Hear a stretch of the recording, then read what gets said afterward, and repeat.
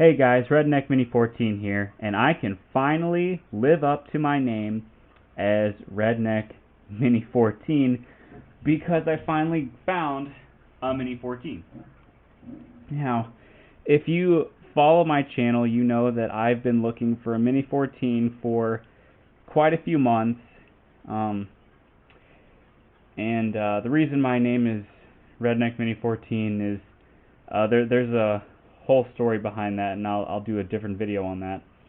But anyway, I've been looking for one for quite a few months, and I really wanted to get one from Walmart because Walmart has them the cheapest out of anywhere else, and since I work at Walmart, I get a discount on top of that cheap price. So I was just waiting and waiting and waiting for one of these to come in, and finally one night one of my coworkers sent me a picture on Facebook saying that they got one in, so I drove right on down and bought it, and it cost $6.99 before taxes, and then after you take off the 10% discount and add taxes, it was like $683 total, somewhere around there. And that's for the gun, and it came with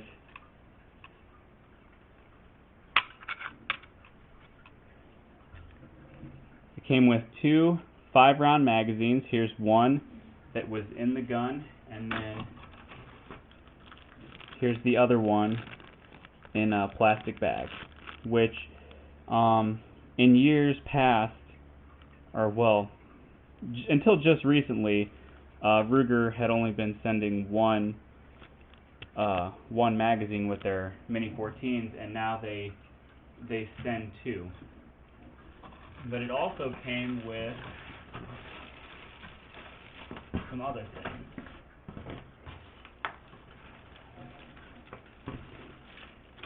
Okay. Ruger is known for sending scope rings with their rifles, you know, their Mini 14s, their M77 Hawkeyes, and their number 1s. So they send a set of scope rings that can be mounted right at the top of the receiver here. And another new thing that they've just started doing in the past couple years is sending a Picatinny rail that goes over the top of the receiver for a separate for a different kind of scope mount. So there's 3 holes in the top where the scope mounts, the machine scope mounts. There's 3 holes right there for you to put a Picatinny rail on if you like to mount scopes with a Picatinny rail. So it comes with that. It comes with 2 Allen wrenches for putting those parts on. And then it also came with this. Now, all guns these days come with a lock, some sort of locking mechanism, but Ruger probably has, it definitely has one of the best systems for locking your guns. It has very good quality padlocks. And all Rugers these days are going to come with a padlock much like this. They come in different sizes depending on which gun you have. And it also comes with instructions on how to use it and which models that it can be used for. This can be used for, you know, the Mini 14, the 1022, the 96, several different rifles and pistols too. So it comes with that, which honestly I probably will never use, but I do recommend that you keep your gun locks, and I will actually do a separate video on that. But anyway, after I bought the gun, I also bought a couple of these about a week ago on Midway USA. They were on sale for $25 a piece, and usually they're $30 for 20 round mags, and I got them for $25 a piece, which is a pretty good deal. I saved $10, and once you add tax, shipping and handling, NRA roundup, it ended up being $63. So anyway, that's all the stuff that I have for the Mini 14.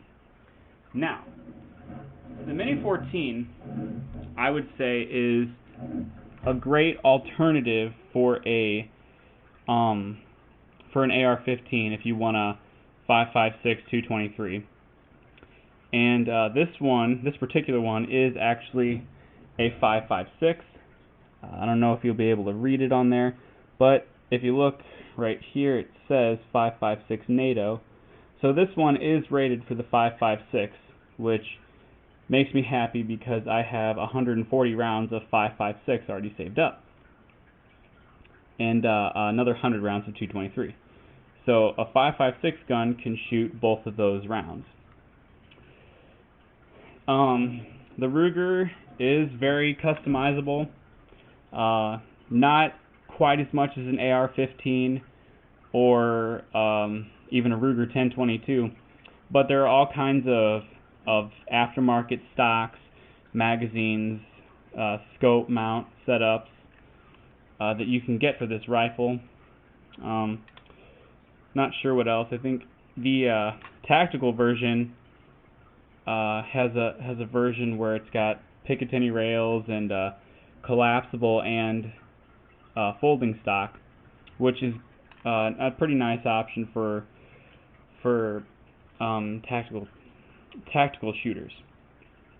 Anyway, it has the Garand style action, and this isn't loaded, and I haven't even shot it yet, to be honest with you. Probably won't shoot until it gets warmer out. But anyway, if you pull it back like this, push this little button down here, it locks the bolt back, and if you put a magazine in, we'll put the 5-rounder in, and this is a different kind of magazine locking system. It does have last shot hold open, and it has last shot hold open for the 20 rounders as well. So it's got a last shot hold open, which is a nice feature.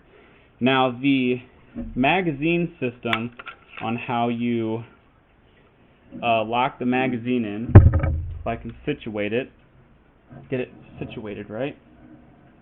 It's not like an AR-15 where you just push it in.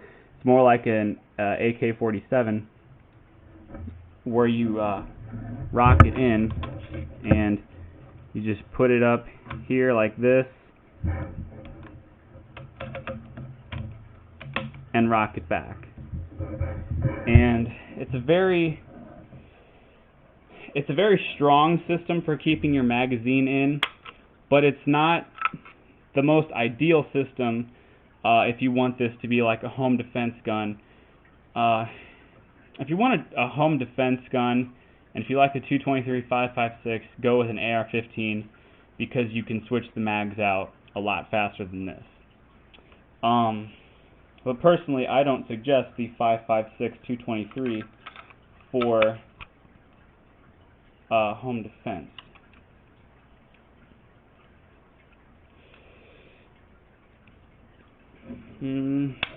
Oh, there it goes.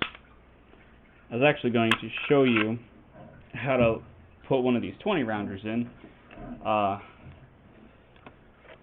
Should be a little bit easier since it's longer and you have a better hold on the magazine.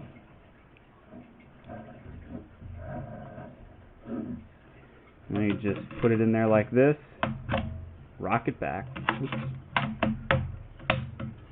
until it clicks. It's kind of, you got to get used to it, but it's a good strong system. It doesn't really wiggle around. And of course you can get 30 rounders, 20 rounders like this, 10 rounders, 5 rounders, and then you can get aftermarket magazines, which I don't really recommend. You can get like 40 rounders, maybe 50. I think you can get 90 and 100 round drums. So all kinds of magazine options out there. I like the 20 rounders. I'm probably going to get a 30 rounder. Yeah. So let's see. Oh, it has a rubber butt pad, which is one of the upgrades that they made. I guess in the last 10 years, they used to just have like a plastic butt pad, like a 1022. The sights have been changed a couple times since they first started. I really like these sights. They're adjustable.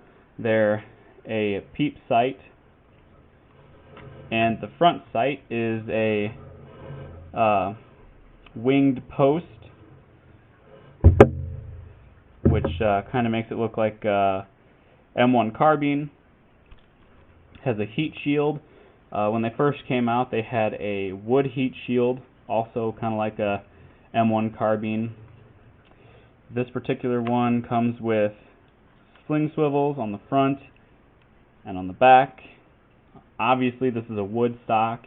You can get them in synthetic stocks. You can get that tactical stock with the Picatinny rails that I was talking about. Then there's also, for the target model, there's a laminated black wood stock with a thumb hole, right there. Oops. This is just the basic standard model. You can get models with 20 round magazines like this. They're a little bit more expensive, and pretty sure they come with 2 mags, just like how this 5 rounder came. Has a Garand style safety, so if it's back, into the trigger guard, it's safe, and if it's forward, it's fire. I always keep my guns on the safe position when they're not being used. It's kind of a good thing it's kind of a good habit to get in, just in case they are loaded and you don't know it. It's always on safe. Let's see. Not really sure what else. Oh, the barrel is another improvement that they've made over the years. They made the barrel thicker. If you look at one of the older Mini 14s, they had really thin barrels, and in fact I do have access to a really, really old one, and I could do a comparison video if the owner of that gun lets me. So you might see that one day. The takedown of this gun is pretty simple. I'm not going to do it here because I haven't actually done it myself yet, so I'll probably do the takedown of it in a different video. But there's like a hole in the back of the trigger guard. You take a screwdriver or a cleaning rod, put it in there, and pull, and the trigger assembly comes out. And then once the trigger assembly comes out, then you can take the action and barrel and all that out of the stock. And I guess that's really all you have to do. Then I don't really know how far down you have to go to do a basic cleaning. To do a real thorough cleaning, it's going to take a little bit more taking down. But anyway, there's really not much more I can say about this right now. I haven't shot it, so I don't know how it performs. I imagine it would be very reliable because it is a Ruger, and Ruger is known for their reliability. And these have been made for close to 50 years, like 45, 46 years. And they're still very popular. In fact, that's why I couldn't find one for the longest time, was because the demand was so high. But anyway, so far I think it's a very good gun. It's been on my list of guns to get for a long time, along with the Mini 30. A Mini 30 is basically the same gun, only it's chambered for 7.62 by 39 Russian. They don't make the Mini 30 with a wood stock anymore. If I get a Mini 30, I would really like to get one with the stainless steel barrel, and then probably switch the stock out. Try to find like a wood stock or a laminated stock. And yeah, that'd be a good pair of rifles to have, a Mini 14 and a Mini 30. Of course, they also made the Mini 14 in 6.8 SPC. I think that's what the round is called, 6.8 Remington SPC. I don't know if that's still made. It's still in there in the manual. They still have the 6.8 gun in the manual, but I don't see 6.8 on the website. So I don't really know if that's still made anymore. But they also have the 5.56 version, which this is, and the 223 version, which I've heard people have shot 5.56 out of the 223. I don't recommend it. You can look at my video on 5.56 versus 223 for that. But anyway, that's really all I have to say about this gun. I don't plan on modifying it at all. If I do anything, I'll just put a sling on it, and I don't even know if I'm going to do that. I don't plan on hunting with it. This is just a plinking rifle. If I did want to hunt with it, though, I do have 2 magazines to use for hunting. Because you're limited on how many rounds you can use while hunting. So 5 rounds is pretty much your limit. 5 or 6 rounds. You can't use 20 rounders. That's just too many. If I did hunt with it, I'd be using it to hunt coyotes. That's about the only thing I would hunt with a 223.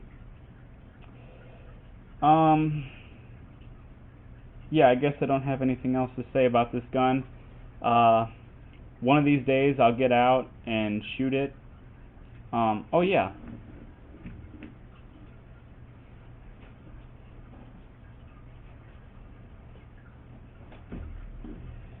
This is the ammo that I was talking about earlier.